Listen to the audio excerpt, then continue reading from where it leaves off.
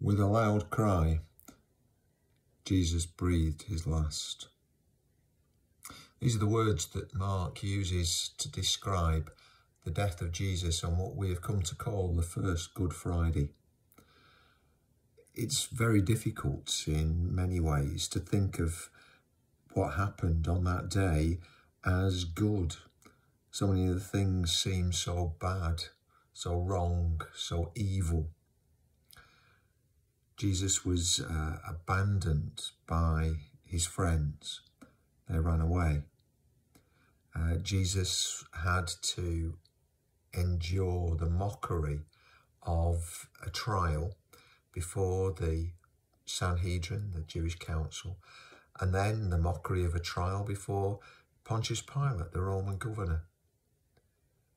He heard his own people calling out, "Crucify him." All of that was the precursor. Jesus was beaten. He was scourged. The flesh was torn from his back. He was so weakened that he could barely carry the cross to the place of execution, Golgotha, the place of the skull. A fitting name for the horrors that this day is all about. So Jesus couldn't carry his cross. The Roman soldiers had to force a member of the crowd, Simon of Cyrene, to carry the crosspiece for him.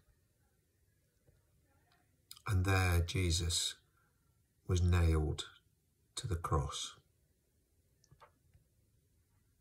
9 o'clock that Friday morning was the time when Jesus went to the cross. For 6 hours he endured further humiliation. The men who were crucified with him, who Mark calls rebels, they hurled insults at him. Passers-by taunted him. The Jewish high priests said he saved others, but he can't save himself. But perhaps the greatest of the terrible, terrible things that Jesus had to endure that day was his sense of abandonment by his heavenly Father. My God, why have you forsaken me? And it was with those heart-rending words that Jesus eventually gave up and died. So what a good? Good because Jesus endured all of this for you and me. Jesus loved every single member of the human race. And he died on that cross because he loves us. So with that in mind, on this Good Friday, the challenge, as every year, is for us to enter in to those terrible, terrible happenings that remind us so much of other horrors going on in our world today.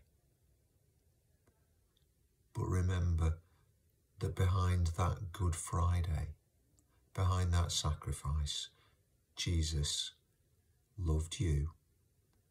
He loved me. And our response to all that Jesus did is what really matters today. So ask yourself, how do you respond?